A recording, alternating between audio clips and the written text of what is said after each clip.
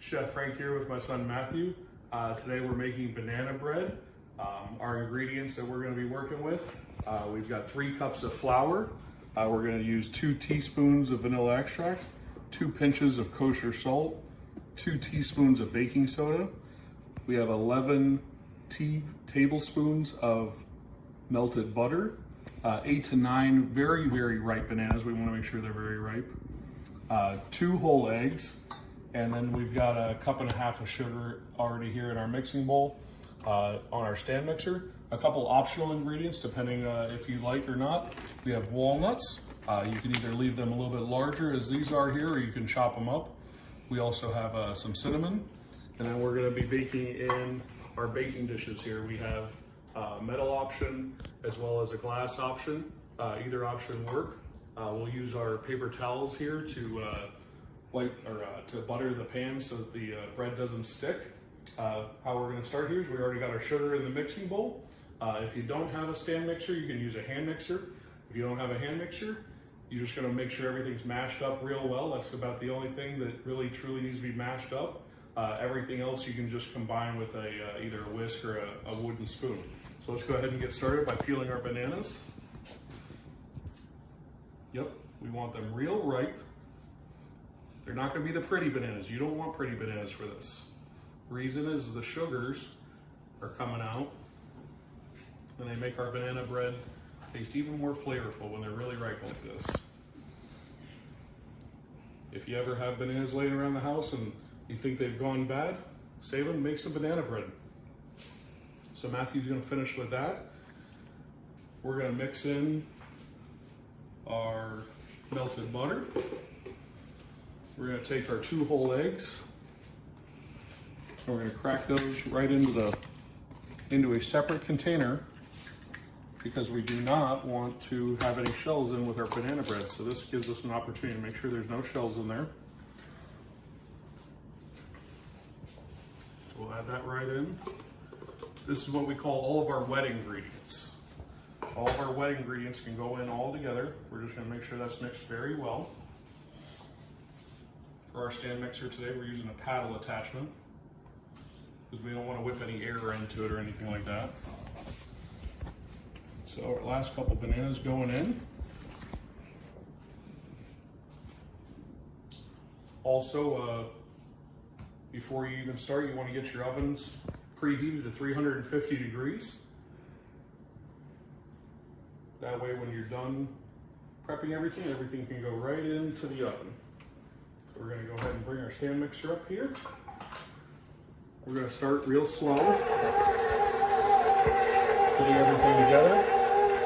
And once it starts to come together a little bit, we're going to bring up our speed. This is just so we can make sure everything's mashed up real well.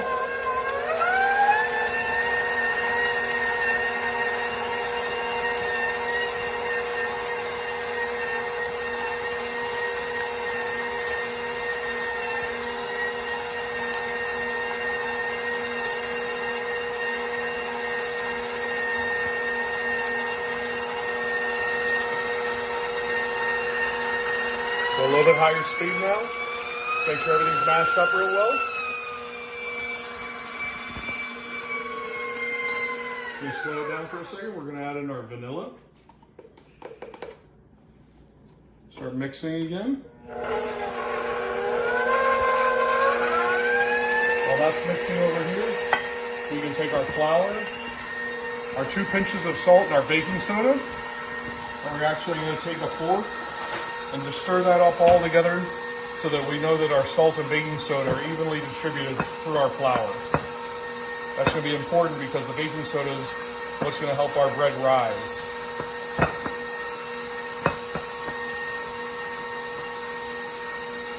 Now we're going to stop that for a second. We're going to lower down. We're going to add in our flour.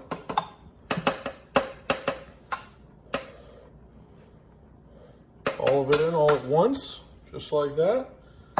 So this time I like to add a little bit of cinnamon. This is a personal preference. You don't have to have this. But you could also do nutmeg, allspice, whatever kind of your favorite seasoning is. You you could go in here, but cinnamon's just a good simple addition, gives it a nice, nice roasted flavor. So we'll bring that back up. Once again, we're gonna start real slow. We're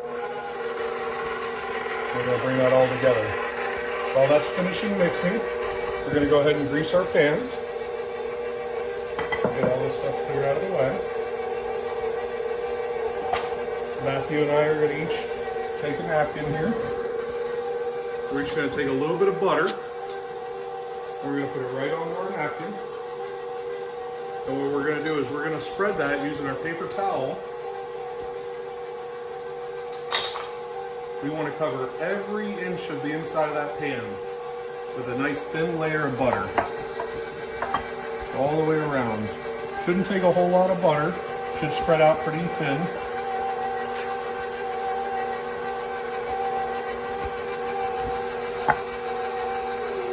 We just want to coat it real well. That way when we're done baking, it'll brown up real nice on the edges and it'll come out of our pan nice and easy.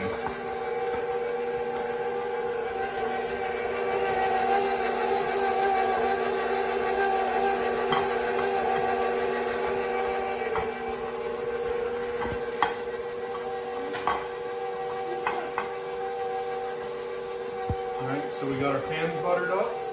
Looks like our batter's coming together real well here. We're just going to mix it on medium speed for about 30 seconds to a minute. We're going to stop halfway through that process. Just scrape down the sides to make sure that everything's getting mixed well together. Looks like we're coming together real nice. We'll go another quick 30 seconds.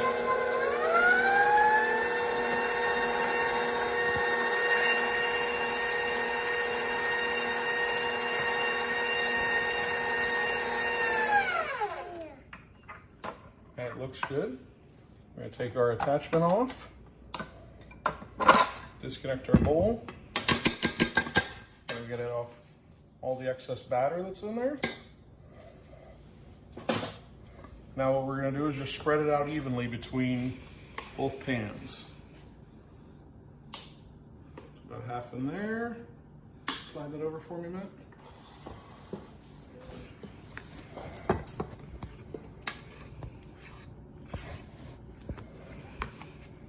And we want to make sure we scrape down those sides. We get every little bit into the pan.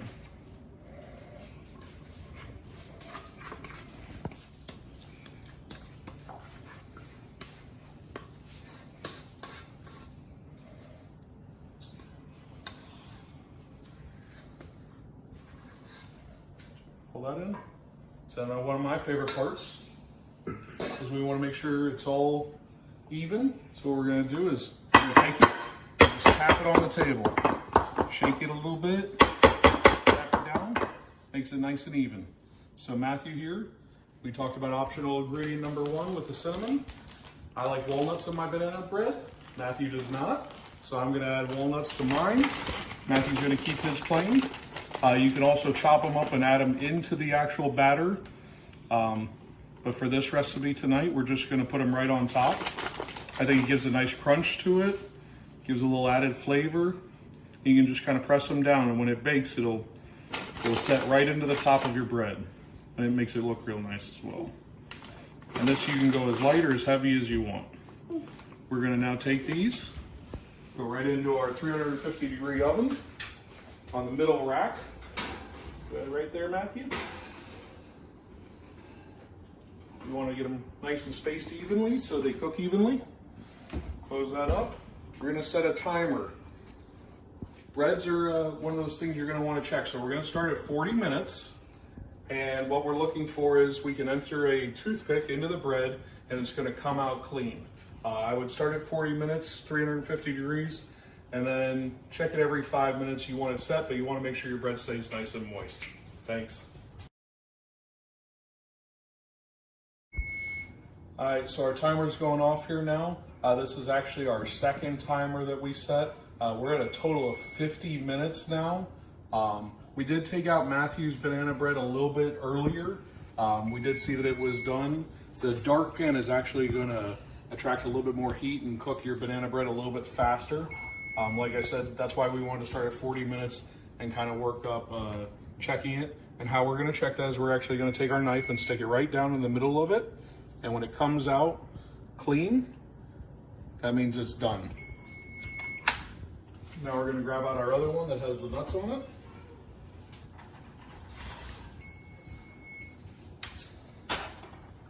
Nice beautiful golden crust on top of there. Same thing, we're gonna just let that rest. We're gonna go ahead and turn off our timer, turn off our oven. Okay, now we're gonna show how to take the banana bread out. We're actually gonna run our knife right along the edge.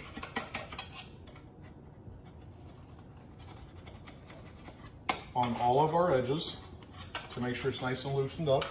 We're gonna take our hot pan in one hand. We're just gonna flip it right out and come right out of your pan, nice and clean. You wanna let it rest for at least about 10-15 minutes before you slice into it so all your starches are reset and you get a nice clean slice. Thank you.